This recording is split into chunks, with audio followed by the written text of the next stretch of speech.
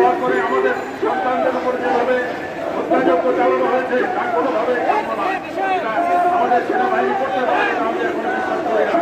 যারা করেছে তাদের পরিচিতি এবং তাদের বিচার অবশ্যই একদিন করা হবে। যারা এখনো রাস্তায় নামেন নেই ন্যায় বিচার প্রতিষ্ঠার জন্য বৈষম্য দূর করার জন্য তাদেরকে আমি আহ্বান করছি, আপনারা বেরিয়ে আসেন জনতার কাছে। আপনারা দেওয়ালের লেখা পড়েন, আপনারা বুঝতে শেখেন বাতাসে বারুদের গন্ধ আর না, রক্তের দাগ আর না। আমাদেরকে শান্তি ফিরিয়ে আনতে হবে, আমাদেরকে যে কোনো মূল্যে শান্তি এবং বাংলাদেশের সার্বভৌমত্ব রক্ষা করতে হবে।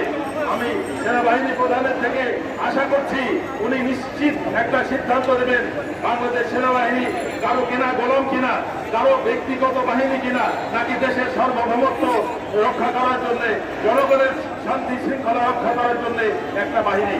সেই সাথে আমি পুলিশ বাহিনীকেও আহ্বান করব, আপনারা দেশের জনগণের কি চিন্তাধারা সেটাকে বোঝার চেষ্টা করেন। আর গুলি না, আপনাদের আমাদের সাথে মিশতে হবে, আমাদের ভাষা বুঝতে হবে, সবাই মিলে আমরা দেশ করবো ইনশাল্লাহ। আসসালামু আলাইকুম।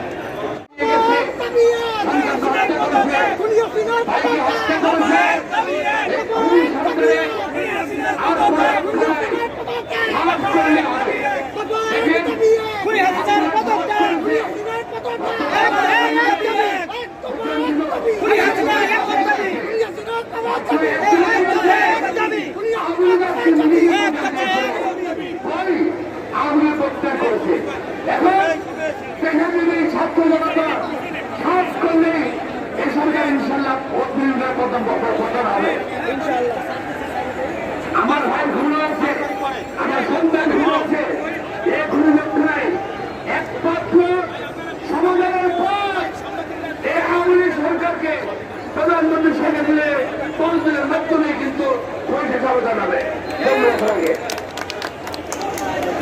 ধন্যবাদ।